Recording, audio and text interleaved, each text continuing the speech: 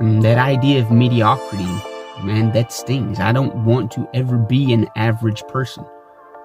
I don't want to compare myself to the mediocrity of life. I want to compare myself to who I was yesterday and how I can become better. Gentlemen, what's going on?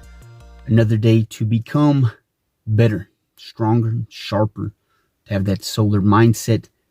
This is the Better Man channel, where we choose to structure our own thoughts and the patterns of thinking that enable us to construct a background that accentuates our goals, our talents, our virtues, our strengths, the very personality of who we are.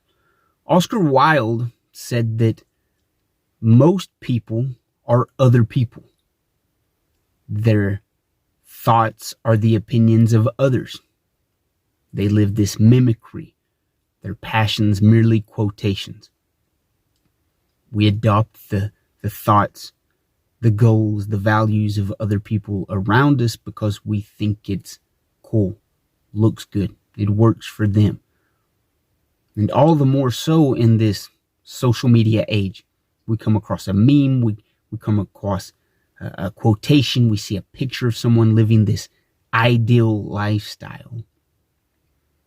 And so we adopt their maxim, we adopt their quote, we adopt that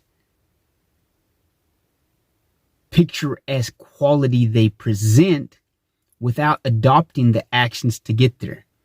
We want the $1 million lifestyle. We want the picturesque family. We want their success, but we don't adopt the action that it takes to get there. So we have this blank canvas as our background, where we're not actually accentuating any of our true talents and gifts, or anything extraordinary that would help us overcome the normal. So there's this story that I heard a while back. Two guys, a young man and an older, wiser man. They're sitting in this garden in the countryside. And the older gentleman asked the young man, "What do you see over there?" He points at some flowers. The young man says, "Man, I see flowers." The older gentleman says, "Well, why? Why do you see those?"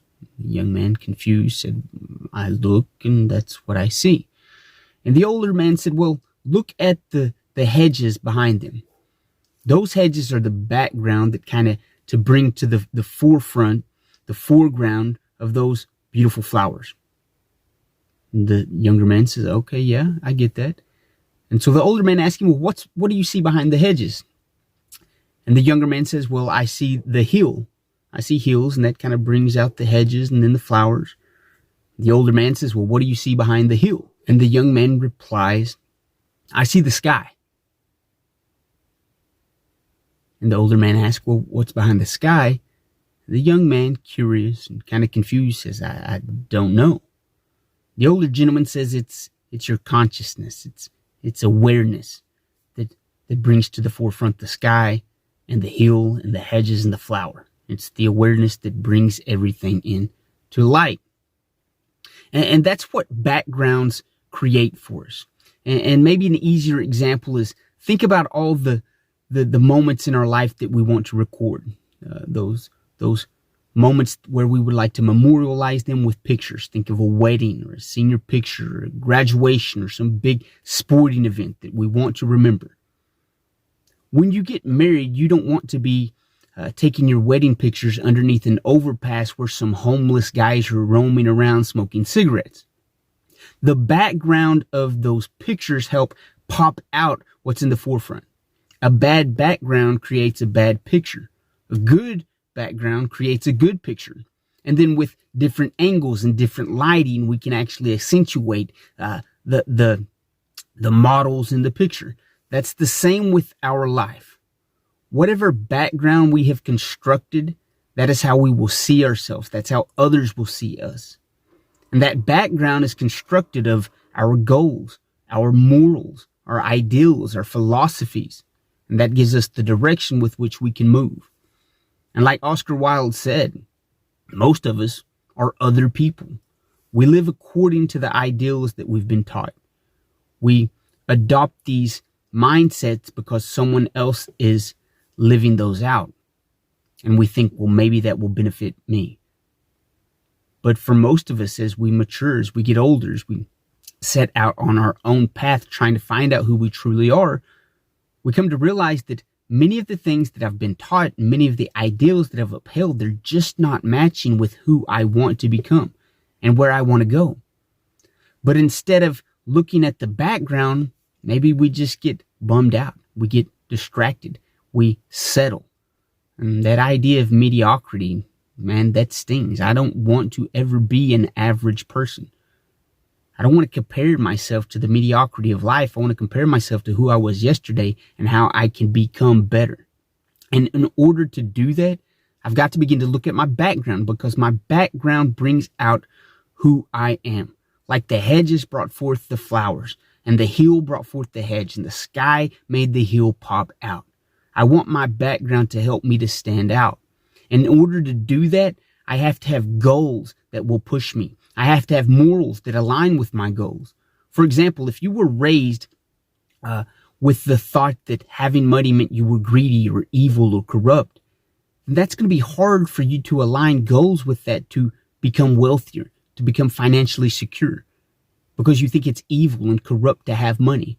And that's just an example, but there's an unlimited amount of examples in that plane where your parents taught you this, your school and education taught you that, and your friends and your peers taught you this other perception.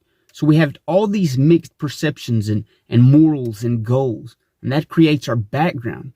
And then we wonder why we're confused and we're not heading in any specific particular direction, because we're confused. There's this imbalance of thoughts and opinions and quotations and passions.